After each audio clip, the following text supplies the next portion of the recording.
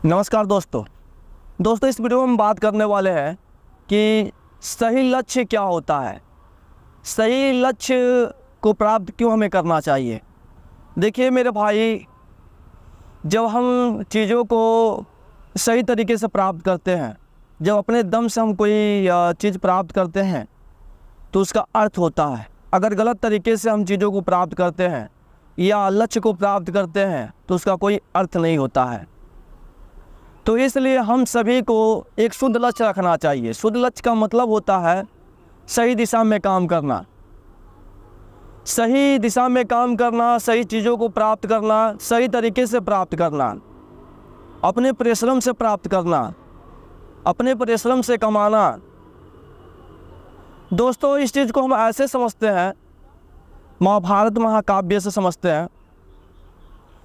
महाभारत में आप जानते हैं कि दुर्योधन पांडवों के धन को अपनाने के लिए, उनके राज्य को छीनने के लिए क्या क्या षड्यंत्र नहीं करता है।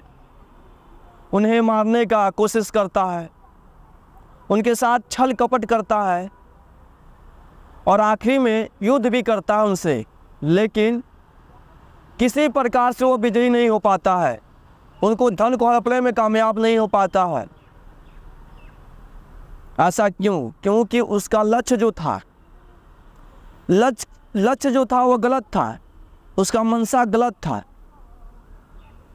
इसलिए वो प्राप्त नहीं कर पाता उन चीज़ों को। तो दोस्तों हम अगर अपने मेहनत से किसी चीज़ को प्राप्त करते हैं तो उसका कदर होता है, उसका हम कदर करते हैं, उसका एक अर्थ होता है। शान से आप कह सकते हैं कि ये चीज़ मैंने कमाया है, लेकिन हम किसी की चीज़ों को छीन कर अगर कोई चीज़ हम प्राप्त करते हैं तो उसका कोई अर्थ नहीं होता है, आप कहीं कह नहीं पाएंगे। तो दुर्योधन भी ऐसा ही करने का सोचता है। उसका लक्ष्य जो था अशुद्ध था, शुद्ध नहीं था, क्योंकि वो चाहता था कि मैं युद्ध के माध्यम से पांडवों का राज्य छीन लो, उन्हें भिखारी बना दो। लेकिन ऐसा कहीं हुआ है मेरे भाई कि किसी का दौलत कोई हड़प ले और उसका परिणाम उसे भुगतना ना पड़े?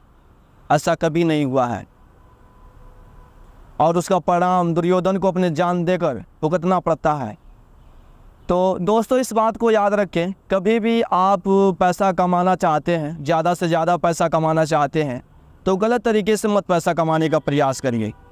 किसी के चीज़ों को छीन कर मत कमाने का प्रयास करिए, क्योंकि हर कर्म का फल मिलता है। चाहे आप सही कर्म करेंगे तो भी फल मिलेगा, गलत कर्म करेंगे तभी फल मिलेगा। तो कोई भी कर्म बंधन से मुक्त नहीं है मेरे भाई। जो इंसान जो कर्म करता है उसका फल उसे भुगतना ही पड़ता है।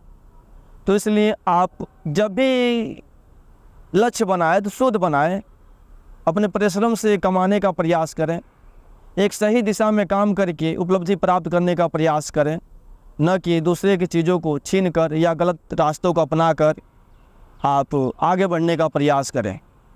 तो मेरा आशा है कि आप इस वीडियो में जो भी चीज़ें बताई गई हैं वो आपको स्पष्ट रूप से समझ में आया होगा। तो फिर इस वीडियो को लाइक कर दीजिएगा, अपने मित्रों के साथ शेयर कर दीजिएगा। जब आप शेयर करते हैं तो मुझे मोटिवेशन मिलता है और अच्छा वीडियो बनाने का हम प्रयास करते हैं। तो जय हिंद।